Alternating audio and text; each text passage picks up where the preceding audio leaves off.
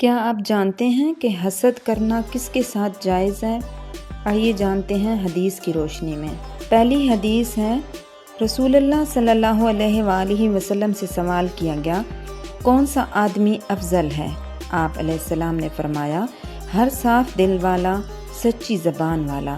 صحابہ نے عرض کیا، سچی زبان والا تو ہم جانتے ہیں، صاف دل والا کون سا ہوتا ہے؟